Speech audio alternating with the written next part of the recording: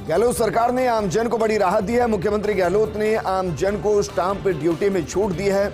नगरीय निकाय द्वारा निर्मित बहुमंजिला आवासों में छूट दी है। मुख्यमंत्री ने बजट में स्टाम्प ड्यूटी पर 2% की छूट की घोषणा की थी। साथ ही वरिष्ठ नागरिकों को निकायों द्वारा आवंटित विकृत भूखंडों को लीज डीड पर स्टाम्प ड्यूटी और पंजीयन शुल्क में छूट दी थी। अब तक निजी क्षेत्र द्वारा निर्मित बहुमंजिला आवासों की सील डीड्स और कन्वेंस डीड्स पर ही मिल रही थी आमजन और वरिष्ठ नागरिकों को छूट, लेकिन अब एक और बड़ी राहत मुख्यमंत्री अशोक गहलोत ने दी।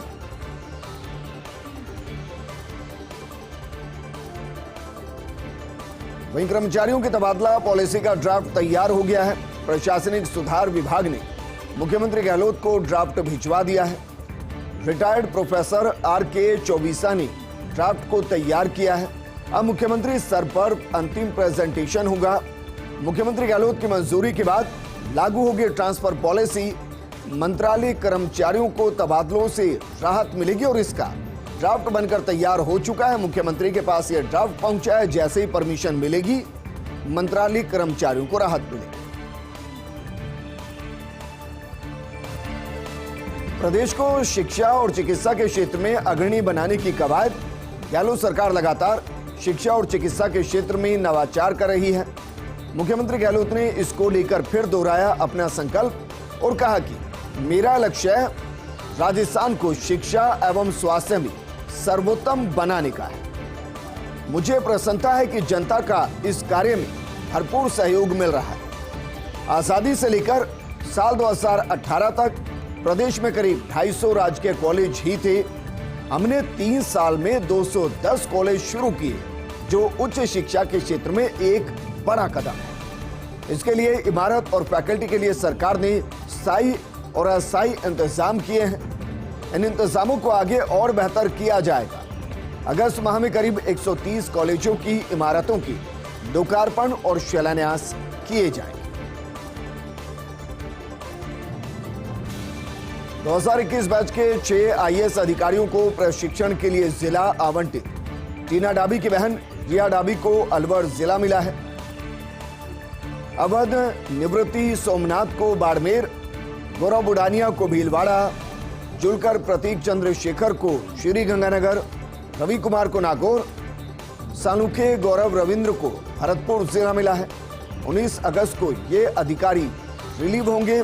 लाल बहादुर शास्त्री प्रशासनिक अकादमी प्रशिक्षण संस्थान से ये रिलीव होंगे। ये अधिकारी 1 सितंबर को HCM रीपा डीजी को रिपोर्ट करेंगे। उनके निर्देश के बाद ये अधिकारी जिलों में ट्रेनिंग देंगे। आगे बढ़ते हैं। बेहतरीन कार्य करने वाले राज्य सम्मानित। नेशनल वायरल हेपेटाइटिस नियंत्रण कार्यक्रम के तहत ये पुरस्कार दिए गए। विभिन्न घटकों में बेहतरीन कार्य करने वाले राज्यों के प्रतिनिधियों को सम्मान दिया गया। हेपेटाइटिस बी और सी से ग्रस्त रोगियों को उपचार और सेवा उपलब्ध करवाने में हरियाणा, हेपेटाइटिस बी से ग्रसित प्रसूताओं की अधिकतम स्क्रीनिंग की उपलब्धि में तमिलनाडु, राष्ट्रीय एड्स नियंत्रण कार्यक्रम के तहत हाई रिस्क समूह में हेपेटाइटिस बी और सी की सर्वाधिक स्क्रीनिंग उपलब्धि के लिए आंध्र प्रदेश को पुरस्कृत किया गया। हेपेटाइटिस अभियान के तहत सघन स्क्रीनिंग और व्यापक जन जागरूकता गतिविधियों के लिए राजस्थान को पुरस्कार मिला है। वहीं दादर नगर हवेली और दमन द्वीप को हाई रिस्क समूहों में 100% हेपेटाइटिस बी टीकाकरण के लिए पुरस्कृत किया गया है। जिला स्तर से उप स्वास्थ्य केंद्र पर तक हेपेटाइटिस कार्यक्रम को विकेंद्रीय करने के लिए पश्चिम बंगाल कंसल्टिंग परफॉर्मेंस के लिए पंजाब को राष्ट्रीय स्तर पर प्रशंसा पत्र प्रदान किया गया। देश भर में लागू हो राजस्थान का हेल्थ केयर मॉडल। विश्व हेपेटाइटिस दिवस को लेकर राजधानी में राष्ट्रीय कार्यशाला। दुर्गापुर स्थित state institute of agriculture management में कार्यक्रम हुआ। चिकित्सा मंत्री प्रसादी लाल मीणा, जलदाय मंत्री डॉक्टर महेश जोशी, चिकित्सा सचिव डॉक्टर पृथ्वी, केंद्रीय स्वास्थ्य मंत्रालय की अतिरिक्त सचिव और NHM मिशन निदेशक रोली सिंह, WHO के कंट्री हेड समेत विभिन्न राज्यों के मिशन निदेशक NHM कार्यशाला में शामिल हुए। कार्यशाला में हेल्थ एक्सपर्ट के सामने चिकित्सा मंत्री ने उपलब्धियां गिनाई। मंत्री प्रसादी लाल मीणा ने बनाई चिकित्सा क्षेत्र में गहलोत सरकार की उपलब्धियां। साथ ही कहा कि राजस्थान का यूनिवर्सल हेल्थ केयर मॉडल देश भर में लागू हो, ताकि हर गरीब तबके को जरूरत के वक्त निःशुल्क उपचार मिल सके। जयपुर एयरपोर्ट पर स्पाइसजेट के विमान की एक बार फिर से इमरजेंसी लैंडिंग कराई गई।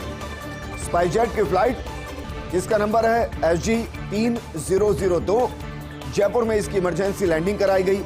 कोलकाता से जबलपुर जा रही थी फ्लाइट। विमान में सवार 25 यात्रियों को अब दूसरे विमान के जरिए जबलपुर भेजा गया।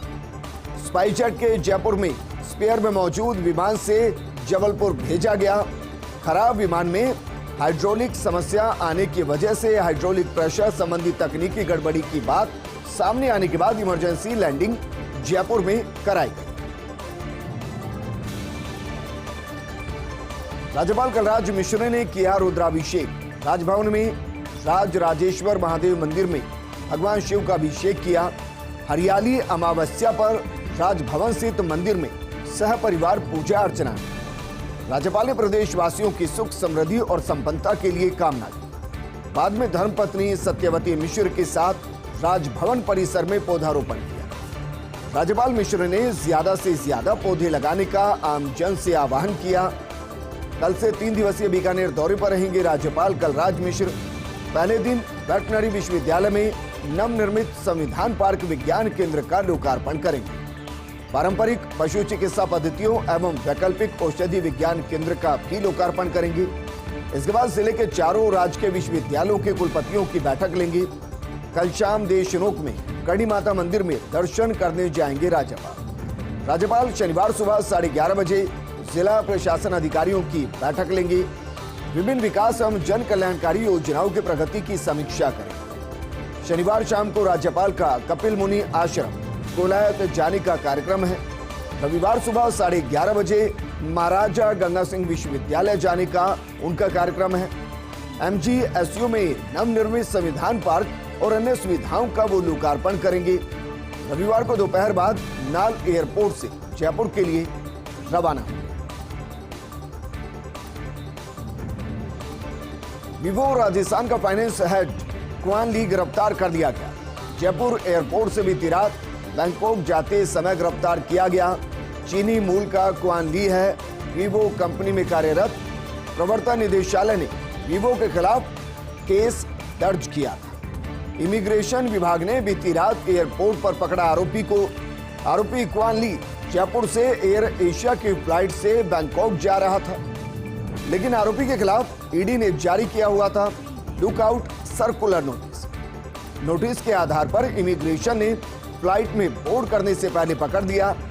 आरोपी को पकड़कर देर रात ही प्रवर्तन निदेशालय की टीम को सौंपा गया। और अब बात करते हैं शिक्षा विभाग की, जिसमें तबादलों की घड़ी नजदीक आ रही है। शिक्षकों के ट्रांसफर का काउंटडाउन शुरू हो गया है। 2 दिन में शिक्षकों को मिलेगी तबादलों की सौगात। महीना खत्म होने के साथ ही जारी हो सकती तबादला सूची।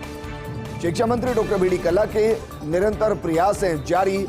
जल्द से जल्द शिक्षकों का इंतजार करना चाहते हैं खत्म। मंत्री कला विभाग के वरिष्ठ अधिकारियों के साथ लगातार बैठकें कर रहे हैं। तबादला सूचियों को अंतिम रूप देने में भी तैयारी चल रही है और जैसे ही सूची तैयार हो जाएगी तबादले की सौगात मिल जाएगी। प्रदेश के 13 जिलों के लिए 342 करोड़ 23 लाख रुपए की स्वीकृति हुई है। जलदाय विभाग की वित्त समिति ने मंजूरी दी है। 183 छोटी पेयजल योजनाओं को स्वीकृति मिली है। 258 गांव के 63,707 घरों में नल के माध्यम से जल कनेक्शन दिए जाएंगे। अलवर की बात की जाए तो अलवर जिले की 91, उदयपुर की 23, भरतपुर की 21, डूंगरपुर की 17, दौसा, श्रीगंगानगर, धौलपुर की 7-7, चित्तौड़गढ़, पाली, हनुमानगढ़ की 2-2, राजसमंद, बीकानेर जिलों की 1-1, जबकि सीकर की 4 छोटी पेयजल योजना मंजूर की गई। जल जीवन मिशन योजना के तहत अभी तक 27,59,000 जल कनेक्शन दिए। राजस्थान कौशल विश्वविद्यालय के लिए भूमि आवंटित। विश्वविद्यालय की स्थापना के लिए जेडीए ने जमीन आवंटित की। 97,000 वर्ग मीटर संस्थानिक भूखंड का निःशुल्क आवंटन किया गया। चौप योजना में किया गया भूमि का निःशुल्क आवंटन। जेडीसी रवि जैन ने कुल सचिव अबू सुफियान चौहान को भूमि का पट्टा दिया। और अब बात करते हैं जेडीए और जयपुर मेट्रो के बीच फुटबॉल बने निवेशकों के लिए अच्छी खबर। मामला है बीटू बाईपास स्थित मेट्रो कॉन्क्लेव योजना के निवेशकों को नीलामी में खरीदे गए भूखंडों का जल्द जेडीए पट्टा मिलेगा। जेडीए को भूमि हस्तांतरण के लिए जल्द संपादित होगी ट्रांसफर डीड। जेडीए और जयपुर मेट्रो के बीच संपादित होगी ट्रांसफर डीड। इसके अलावा जेडीए और जयपुर मेट्रो के बीच नए सिरे से समझौता होगा। मेट्रो की इस भूमि को बेचने पर जेडीए को मिलने वाली राशि पर समझौता होगा। इसके लिए जयपुर विकास प्राधिकरण ने यूडीएच को प्रस्ताव भेजा है। पूर्व में हुए समझौतों के तहत तय राशि को प्राधिकरण बता रहा है कम।